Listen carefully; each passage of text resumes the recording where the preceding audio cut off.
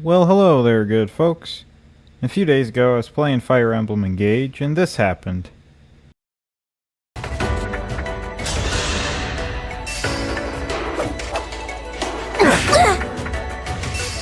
You won't suffer long.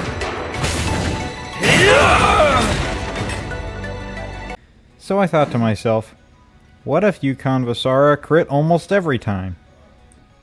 I knew this would probably be hard to do, so I got to testing. I knew I'd need a spare unit to test the build on, and luckily I happen to have one just waiting in the convoy, not doing anything. Well, actually she was just chilling next to the dogs in the Somniel, staring at a tree, but that's not my problem.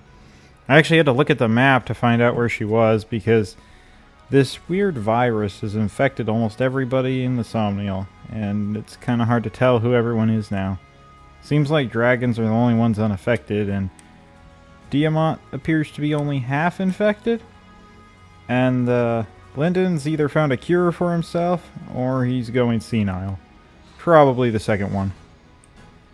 Panette is this strange little unit that I picked up in Chapter 13 and promptly dumped in Chapter 14. I stole her silver axe, probably gave it to Vander, and then sent her into early retirement. Well, now that I needed her, it was time to call her out of early retirement. So I gave her Lyndon's vaccine and hoped for the best. Alright, it looks like it worked. Oh, that's good. So you see, Panette is... Royal Soldier of Solm! But more importantly, she's a berserker. I think that's how you pronounce that. Let me go check. Yeah, okay. Anyway, if you don't know, that basically means she can use big axes and has lots of HP. Oh, and Panette has this personal skill that adds 10 crit whenever she's taken any damage, so that's also pretty helpful. Alright, we have a unit. Now let's look at the weapon. This thing has a base crit of 0. Nice. So I had to find an engraving that gave it the most crit, while subtracting the least amount of might. It was between Fates and Revelations, because like Camilla, the Revelations engraving makes your weapon big, and Corrin's only slightly less big than Camilla, so her engraving basically does the same thing. However, I realized that both of them gave pretty bad drops to hit rate. And then I realized that there was another engraving that I'd never even seen up until this point, and it's the engraving you get when you get a Leer as an emblem. No wonder I hadn't seen it. I haven't engraved anything since I got that emblem. Anyway, point is, the fire engrave, which is literally just called fire, is almost like Fates or Revelations, but instead of giving your weapon 40 crit, it gives it 30. However, it brings the hit rate up from 80 to 100, which is actually really good because this axe is big, but it doesn't usually have the highest hit rate, especially when factoring in enemy avoid. So having the higher hit rate is definitely a plus, especially since Fates would have brought the hit rate all the way down to 80, which is pretty bad. And before it can crit, it needs to hit, so that's kind of important. So I decided to go with the fire engrave for now. Alright, now we're up to a crit of 30%. Factoring in that skill, Blood Fury, we're now up to 40%. Not bad, but it can get a lot better. Alright, it's time to make Panette angry. We can achieve this in one of two ways. Option 1, give her one of Lyndon's drugs, or we could have her inherit Wrath from Ike. Since Lyndon has yet to produce a quality crit-inducing steroid, and believe me, he's been trying, we're going to have to go the Ike route. Wrath basically gives you a 1 crit for every 1 damage you've taken, up to 30. So now we're at a max of 70 crit. It's not too bad. However, I still have a problem. You see this stat? Yeah, that's called defense. It makes my attacks do less damage, and I don't like that. So let's see if there's a way to negate it. So after reading through every skill on the Fire Emblem Engage wiki, I came up with this list of promising skills. Totaling 36 in all, I didn't actually find one that negates defense. Well, I kinda did. It's called Seal Defense, and it basically can negate about 7 max of the opponent's defense. Unfortunately, it's an enemy-only skill, so it won't help us. Alright, so here are the other skills that might be of some use. We've got the hit plus 10, 15, 20, 25, and 30. Those probably are going to be pretty useless since we're already at 100 hit, but who knows.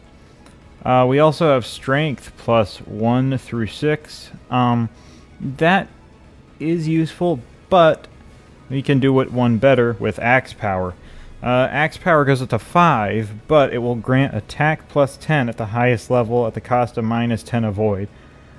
Thankfully, the fire engrave actually adds 20 avoid with it, which means we're going to be making up for that with the engravement anyway. So this is an easy way to get 10 more damage out while using an axe, and it's not really going to have any significant downside. So I think this is going to be pretty important, especially to go over the 100 damage threshold, and it will be useful when countering defense. We have break defenses, which is a skill from Marth. And basically, if we break the enemy with an attack, you make another attack at 50% damage. So that's not going to be as useful because it's more situational. But if you do break an enemy with it, then you get to do another half damage attack. And that could be useful, especially if we're critting, it's still going to do a ton of damage. Next we have Lunar Brace. If the unit initiates combat with a physical attack, it does extra damage equal to 20% of the unit's defense. So, this is useful because we're taking advantage of their defense. Lunar Brace Plus does 30% damage of the foe's defense. That's useful because we can do damage. The axe is obviously a physical attack, so we're doing damage with a physical attack. And we could do 30% extra of their defense, which means 30% of their defense more or less doesn't exist. We can even make this better if we get Eclipse Brace, which is basically just what you get for leveling up the Erica bond level, but that's going to happen anyway. And it's just Solar Brace and Lunar Brace combined. So Eclipse Brace Plus, you'll deal 30% extra damage and recover 50% of the damage you deal in HP. So that's actually really good, except for the fact that it could hurt Wrath, which means we'll want to inherit Lunar Brace Plus, maybe not Eclipse Brace, not sure. We'll have to see how that works out.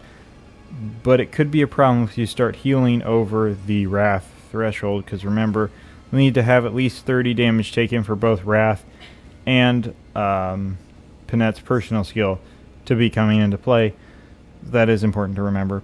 Then we also have Blue Skies, and the unit takes 3 less damage and deals plus 3 damage. Blue Skies Plus is 5 less damage and plus 5 damage. Not super useful, but it's extra damage, and that always helps. Alright, Wrath. At the start of combat, for each HP the unit has lost, it grants crit plus 1 during combat, at a max of 30. 30 extra crit. We already mentioned it, I know. But that's a skill from Ike. It does take a lot of SP to inherit, and you need to be at bond level like 19 or something. So that could take a while to get to, but it's all worth it. Wrath is definitely one of our must-have skills.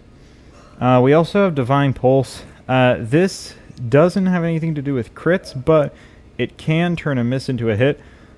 Hopefully we don't have the misses. And you know, with the Fire Engrave, we're probably not going to have as many misses as we would have otherwise. So I don't think Divine Pulse is going to be very useful. Level 1, it just triggers a 30% chance, and level 2, it's a 50% chance. It also, the chance increases with higher luck. I don't think Berserkers have very high luck. In fact, I'm pretty sure their luck is some of the lowest of any class. So that obviously doesn't help. But yeah, Divine Pulse might be something. Now we have Boon of Elios. Now this is a very situational one because you get it when engaged with a Leer, and the problem with that is you need to be engaged. It's not something you can just inherit, to my knowledge. And it says, if unit initiates combat, Grants bonus crit and dodge equal to 2 times the number of allies who have acted this turn. That's not that great considering you basically have to do a lot of setup to get to it. It could be useful, but it's not gonna help us a ton, especially considering we're gonna want to be engaged with Ike or Erica probably for best crit rate and stuff, especially if we go like Lunar Brace route with that. Now we have Decisive Strike, which is a Camilla skill.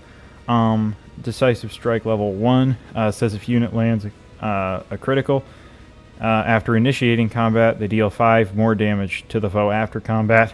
Level 2 is 10 more damage.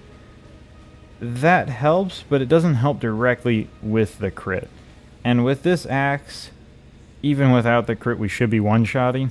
So that would just be the icing on the cake that we don't really need. And I know the point of this build is just to see how high we can get the damage to go, but I'm trying to make it somewhat consistent.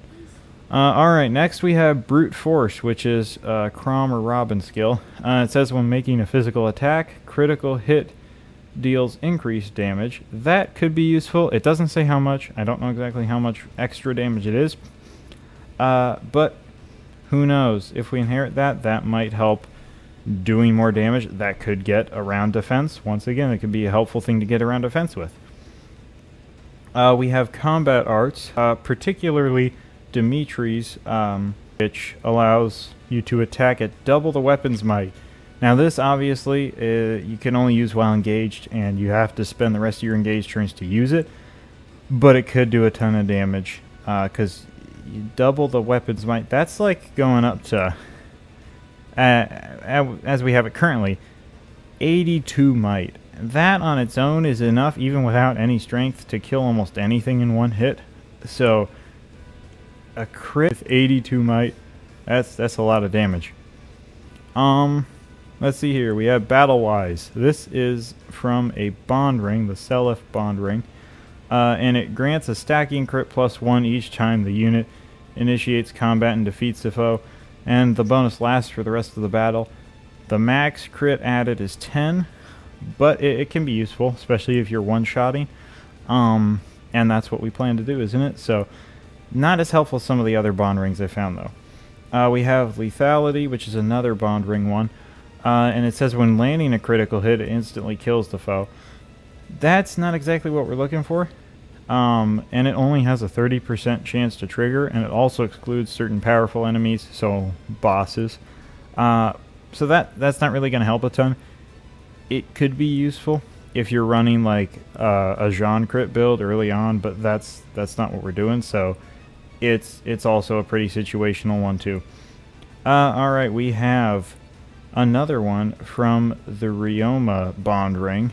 Let's see, it says if unit's level is higher than foes, grants crit +10 during combat, and unit deals +2 damage and takes 2 less damage.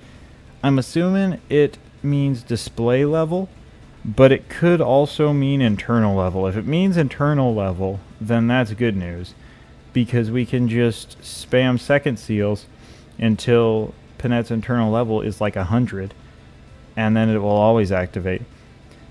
But something tells me it means normal level, and that's also still not a problem. Most enemies, even on the higher level skirmishes, are only like level 16 or so, and we're definitely going to have to get Panette up to level 15 in second seal at least once. So it probably shouldn't be too much of a problem, although on levels like the last engage and stuff, there are probably going to be level 20 enemies, and I know Sombron's level 40, so you've got no chance to go above that. Which means that's not going to be very useful in like the late game areas, but it could still work. Who knows? And then lastly, we have Seal Defense, as I mentioned. Specifically, it says if unit initiates combat, inflicts defense -6 on the foe after combat, penalty shrinks by 1 each turn. It's not even that useful, even if we could use it, so it's not a big deal. Anyway, this has been a long skill review. So I'm going to put together a Panette build, and I'm going to come back in another video a little later, and I will tell you how it went and some of the results I had. So until then, have a good rest of your day, and I'll see you all later.